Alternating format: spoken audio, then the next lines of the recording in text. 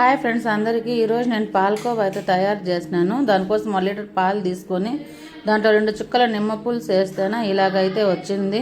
ఒక కాటన్ క్లాత్లో, పల్చగా ఉండే కాటన్ క్లాత్లో ఇలాగైతే 2 సపరేట్ చేసుకున్నాను. నీళ్ళు పక్క, ఇదైతే పన్నీర్ టైప్ లాగా ఇది ఒక పక్క. తర్వాత దాన్ని సన్నీళ్ళల్లో ఒకసారి పెట్టుకొని బాగా అంతా గట్టిగా పిండుకున్నాను వాటర్ అంతా. తర్వాత ఇట్లయితేనే వచ్చింది మాకు గట్టిగా పన్నీర్ అయితేనే. తర్వాత ఒక పెనం పెట్టుకొని దాంట్లో ఒక స్పూన్ నెయ్యి వేసుకొని మనము గట్టిగా చేసుకున్న ఈ పన్నీర్ అయితే చూడండి మాకైతేనే ఎంత బాగా వచ్చిందో, గట్టిగా ఉంది. దీన్ని అయితేనే ఆ నెయ్యిలో వేసుకొని బాగా వేయించుకున్నాను. ఒక 2 మినిట్స్ వేయించుకున్న తర్వాత నీళ్ళంతా కొంచెం బాగా ఇంకిపోయినాయి. తర్వాత మనకు కావాల్సిన బెల్లం అయితే తీసుకున్నాను. మీకు నచ్చితే షుగర్ కూడా యాడ్ చేసుకోవచ్చు. నాకైతేనా బెల్లం అయితేనా హెల్త్ పరంగా కూడా చాలా మంచిది అని చెప్పి నేను బెల్లం వాడతాను. తర్వాత అది 2 బాగా కలిసే వరకు బాగా వేయించుకోవాలా. ఇలాగ ఫ్రై చేసుకున్న తర్వాత అయితేనా మనకు బెల్లము అది అయితేనా బాగా కరిగిపోయి కంటెస్టెన్స్ అయితేనా బాగా వస్తుంది.